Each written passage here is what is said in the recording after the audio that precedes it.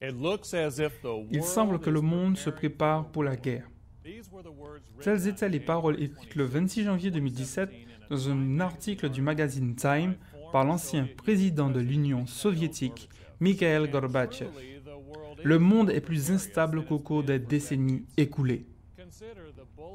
Le 24 janvier 2019, le bulletin des scientifiques atomistes a annoncé que le monde se trouve à 2 minutes avant minuit d'un apocalypse nucléaire.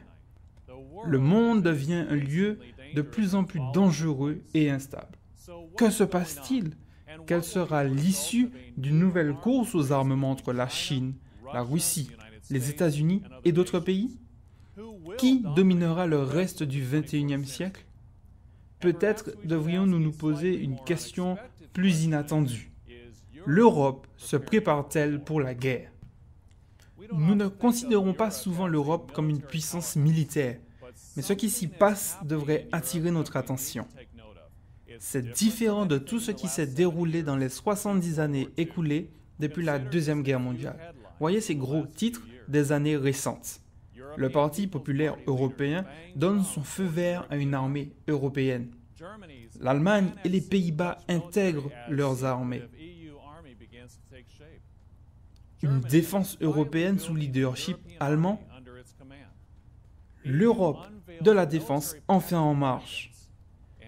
Angela Merkel se prononce en faveur d'une véritable armée européenne. Les dirigeants européens assument davantage la responsabilité de leur défense. Est-ce bon? Est-ce mauvais? Examinons ce sujet aujourd'hui. La Bible annonce l'émergence spectaculaire d'une superpuissance qui apparaîtra soudainement sur la scène mondiale, la fin des temps, et qui surprendra la plupart des gens.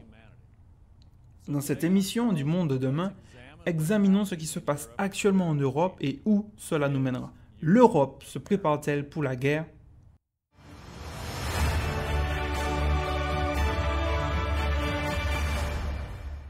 Bienvenue au Monde de demain. Depuis la fin de la Deuxième Guerre mondiale, l'Amérique a été la superpuissance prédominante à assurer la défense de l'Europe. Elle a joué le rôle de membre dirigeant de l'OTAN, l'organisation du traité de l'Atlantique Nord. L'OTAN a été créée le 4 avril 1949. Au plus fort de la guerre froide, plus de 400 000 soldats américains étaient stationnés en Europe. L'Europe était en première ligne dans l'impasse entre les États-Unis et l'Union soviétique. Mais en 1989, le mur de Berlin commence à tomber et les pays de l'Europe de l'Est, l'un après l'autre, ont obtenu leur indépendance. Depuis lors, tout n'a pas été que paix, amour et harmonie, n'est-ce pas? Eh bien, pas précisément. Le 28 décembre 2018, un article du Wall Street Journal résumait bien la situation. Nous avons toujours un ordre mondial 30 ans plus tard, mais il est beaucoup plus fragile que celui que nous avions envisagé en 1989. Les Européens sont sous pression pour créer une armée européenne. Pourquoi cela arrivera-t-il et où cela mènera-t-il? Plusieurs facteurs exercent une pression sur les Européens qui les poussent à créer leur propre système de défense. Aujourd'hui, nous en examinerons 3. La hausse du terrorisme lié à l'islamisme radical, l'essor de la menace russe et le déclin des États-Unis. Examinons le premier facteur. Numéro 1, la hausse du terrorisme lié à l'islamisme extrémiste. Ces dernières années, il y a eu des attentats commis dans de grandes villes européennes telles que Londres, Paris, Berlin, Hambourg ou Stockholm. Plus de 150 personnes ont été tuées. La menace terroriste continue et elle est un facteur important qui pousse les Européens à adopter des mesures renforcées de sécurité. Prenons l'exemple de janvier 2015, après un attentat à Paris. Le gouvernement belge a déployé des militaires pour protéger certains points. C'était la première fois depuis 30 ans que les autorités ont utilisé des militaires pour appuyer les milliers de policiers mobilisés dans le pays, selon les journaux.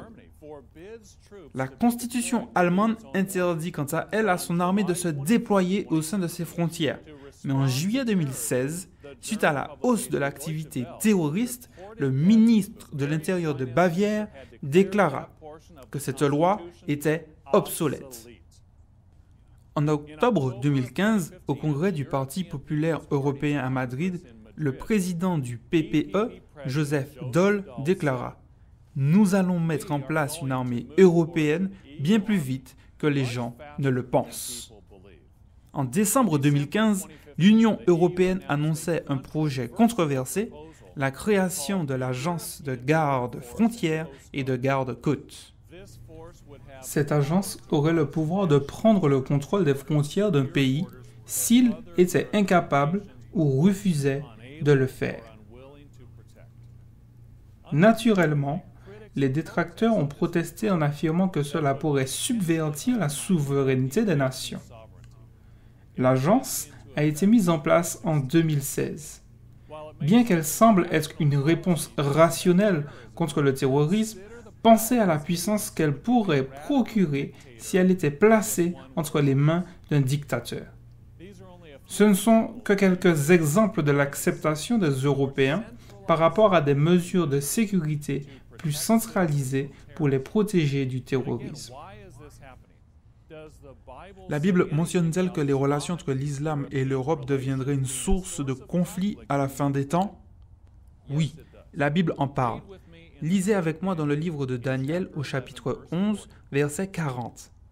Au temps de la fin, le roi du Midi se heurtera contre lui, c'est-à-dire le roi du Nord.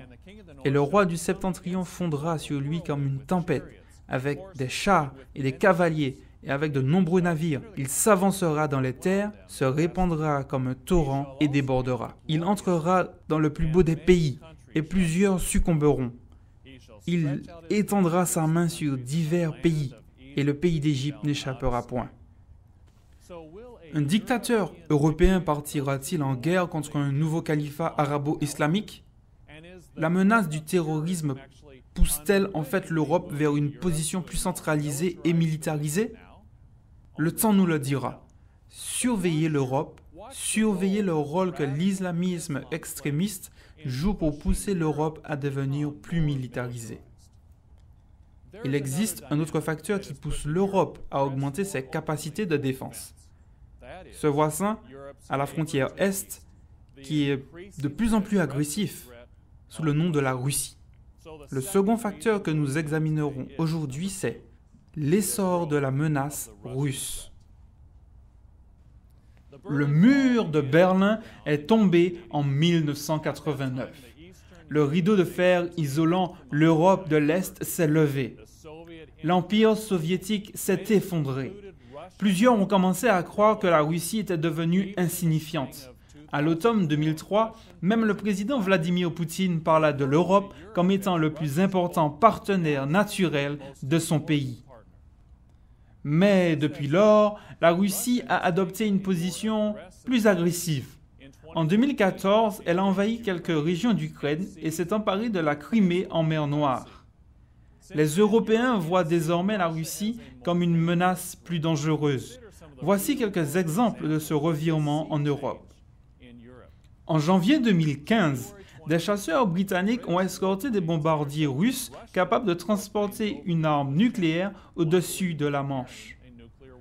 En avril 2016, des avions militaires russes ont simulé une attaque sur un navire américain dans la mer Baltique, en volant à environ 30 mètres d'altitude.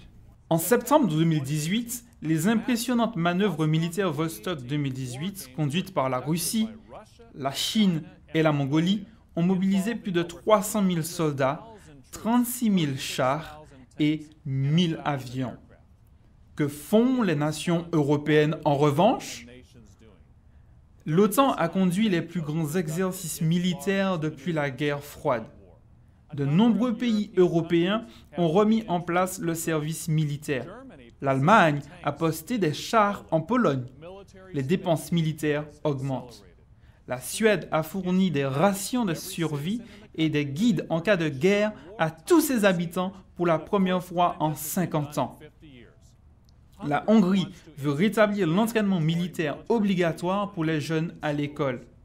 L'Union européenne souhaite l'instauration d'une académie militaire permanente et le développement d'un quartier général militaire européen. Bref, l'Europe se prépare pour la guerre. Peut-être que nous ne nous rendons pas compte du risque d'une guerre majeure entre l'Europe et la Russie. Il n'est pas surprenant que les Européens veulent redoubler d'efforts pour renforcer leur défense et leurs armées. Ils partagent une frontière majeure avec une Russie de plus en plus agressive. Les dirigeants européens veulent désormais montrer à la Russie qu'ils ne dépendent plus des États-Unis. En mars 2015, le président de la Commission européenne, Jean-Claude Juncker, a déclaré qu'une armée européenne ferait comprendre à la Russie que l'Europe est sérieuse quand il s'agit de défendre les valeurs de l'Union. Comme nous l'avons déjà mentionné, le roi du Nord sera engagé dans un conflit avec le roi islamique du Sud au Moyen-Orient. Lisons un peu plus dans la Bible. Dans le livre de Daniel chapitre 11 au verset 44. Des nouvelles de l'Orient et du Septentrion viendront l'effrayer, et il partira avec une grande fureur pour détruire et exterminer des multitudes. Cette prophétie annonce-t-elle un combat dévastateur entre un dirigeant européen et une puissance orientale qui pourrait comprendre la Russie? La géographie est en adéquation. La Russie se trouve au nord-est de Jérusalem. La Russie et l'Europe ont une longue histoire sanglante. La construction d'une gigantesque armée européenne prend forme sous nos yeux. Ce ne sont pas des spéculations, c'est rapporté dans les actualités. Dû au sentiment grandissant d'une menace russe, plusieurs pays de l'Europe centrale ont fortement augmenté leurs dépenses militaires. Mais pourquoi cela arrive-t-il?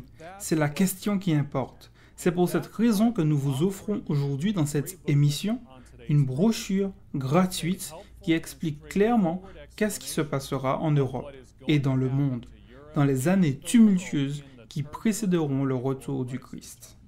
Elle s'intitule « La bête de l'Apocalypse, mythe, métaphore ou réalité à venir ». C'est quoi la bête? S'agit-il d'un personnage ou d'un système? Vous pouvez avoir cette brochure en cliquant sur le lien ci-dessous ou la retrouver sur notre site internet. Vous serez captivé par cette brochure frappante. Les Européens s'inquiètent de plus en plus de l'élément islamique radical provenant du Sud et de la menace grandissante russe provenant de l'Est. Entre-temps, que deviennent les relations entre l'Europe et les États-Unis? L'Amérique s'éloigne-t-elle? Si vous regardez les informations, vous en connaissez la réponse. Cela nous amène au troisième point de notre émission aujourd'hui. Quel est le troisième facteur qui pousse l'Europe à se préparer pour la guerre? Troisième point, le déclin des États-Unis. Après la Deuxième Guerre mondiale, les États-Unis ont fortement aidé l'Europe à se reconstruire. L'Alliance Atlantique prévoyait que des troupes américaines soient stationnées de façon permanente sur le sol européen. Mais ces dernières années, le rôle de l'Amérique a changé. Avec la fin de la guerre froide, l'OTAN a du mal à bien comprendre sa mission. Au fil des ans, les présidents américains ont exhorté leurs homologues européens à consacrer davantage d'argent pour leur propre défense. En juin 2015, le secrétaire à la défense des États-Unis, Ashton Carter, félicitait le gouvernement allemand pour son leadership dans la crise ukrainienne. En même temps, il pressait l'Allemagne d'augmenter ses dépenses militaires pour s'assurer que ses investissements militaires soient en corrélation avec son rôle de gouvernance. Le président Donald Trump a également encouragé les gouvernements européens à augmenter leur participation financière au sein de l'OTAN. Mais il est allé un peu plus loin en remettant en question l'intérêt même pour l'Amérique de faire partie de l'Alliance. Il déclencha une tempête politique en 2017 en refusant de s'engager sur l'article 5 de l'OTAN. Celui-ci stipule que toute attaque contre un de ses pays membres implique l'assistance mutuelle des autres membres. La chancelière allemande Angela Merkel a déclaré que l'époque où nous pouvions entièrement compter les uns sur les autres est quasiment révolue. Elle a ajouté que les Européens devraient prendre leur destin en main en l'absence de fiabilité des États-Unis. D'autres responsables du gouvernement américain ont réaffirmé le soutien des États-Unis à l'OTAN. Et pour l'instant, l'Amérique reste la première puissance militaire de l'Alliance pour contrer la Russie. Mais pour combien de temps encore? Des différences éventuelles, telles que des conflits commerciaux, vont-ils creuser un fossé entre l'Europe et les États-Unis? On n'exagère pas le revirement dans la relation de ces deux puissances. L'Amérique s'éloigne de l'Europe et certains experts considèrent ce revirement comme étant irréversible. Mais l'Amérique n'est pas la seule à s'éloigner de l'Europe. La Grande-Bretagne aussi.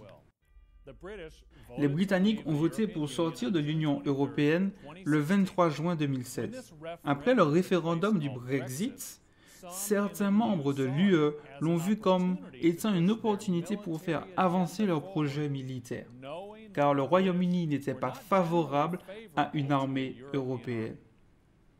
La ministre de la Défense allemande a déclaré « L'Europe a besoin d'une volonté politique unifiée pour avoir un projet de sécurité plus pertinent. Les résultats des élections en Amérique pourraient fournir un nouvel élan. Les résultats du Brexit et des élections aux États-Unis ont changé la direction pour l'Union européenne. L'Europe se relève. Nous ne voyons pas encore en détail la forme finale de l'Europe unifiée, mais les événements actuels préparent la voie à une superpuissance qui prendra finalement le monde par surprise. Comment pouvons-nous être si sûrs? À cause des prophéties de la Bible. Vous pouvez lire à ce sujet dans notre brochure « La bête de l'Apocalypse, mythe, métaphore ou réalité à venir ». Nous aimerions que vous les compreniez. Nous ne voulons pas que vous soyez trompés, induits en erreur ou désorientés. Dieu permettra que ces événements arrivent pour accomplir son plan. Vous devez savoir comment vous y préparer et être prêt. Vous pouvez avoir une copie gratuite de cette brochure intitulée « La bête de l'Apocalypse » en cliquant sur le lien ci-dessous dans la description. Dans cette émission, nous avons étudié les preuves qui montrent que l'Europe se prépare pour la guerre. Et pourquoi cela arrive? Nous avons remarqué que le terrorisme islamique, les agressions russes et l'isolationnisme américain contribuent à l'émergence d'un nouveau désir européen de prendre en charge leur sécurité. L'Europe se relèvera dans la dernière génération avant le retour du Christ. Les dirigeants européens ont beau avoir les meilleures intentions en créant un nouvel ordre basé sur la loi, les principes démocratiques, les libertés individuelles et une politique économique libérale, mais les prophéties bibliques annoncent que cette expérimentation européenne, issue de bons sentiments, s'achèvera par un désastre. Comment pouvez-vous le savoir? Comment pouvons-nous l'annoncer? Depuis la chute de l'Empire romain originel en 476 après Jésus-Christ, beaucoup ont essayé de le ressusciter, dont Charlemagne, Charles Quint, Napoléon, Mussolini et Hitler. La Bible montre qu'une autre renaissance du soi-disant Saint-Empire romain doit apparaître.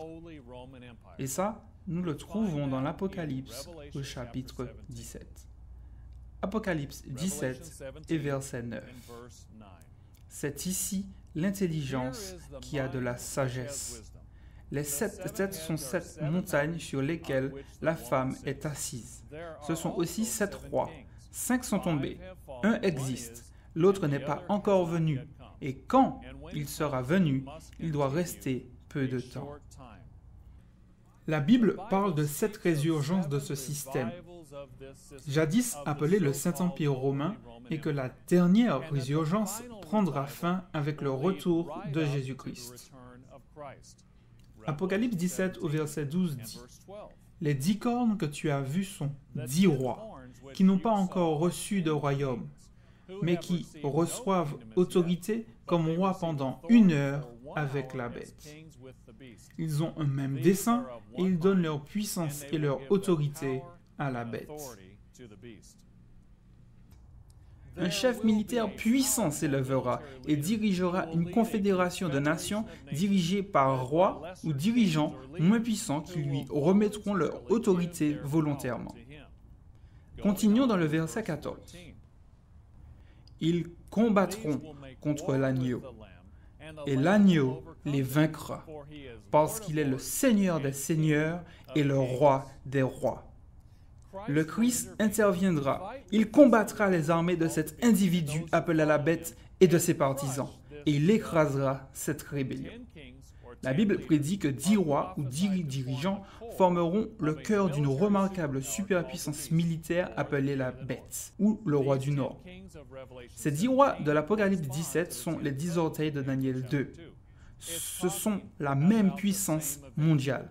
Daniel 2 parle aussi d'une pierre qui se détacha sans le secours d'aucune main et frappa les pieds et les orteils de la statue et les mit en pièces, et d'un royaume qui sera établi et qui ne sera jamais détruit. Cette pierre représente le royaume de Dieu établi par Jésus-Christ.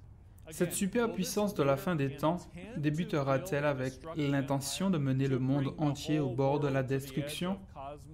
Probablement pas. Vraisemblablement, au départ, elle sera pleine de bonnes intentions. Mais les circonstances mèneront à ce que plus de pouvoirs politiques et militaires tombent entre de mauvaises mains. Un dictateur s'élèvera. Le ministre français de l'économie Bruno Le Maire a déclaré au journal allemand Handelsblatt que l'Europe devait devenir un empire paisible.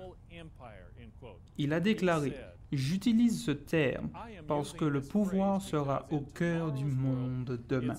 Le pouvoir technologique, économique, financier, monétaire et culturel sera crucial. L'Europe ne devrait plus hésiter à jouer de son pouvoir.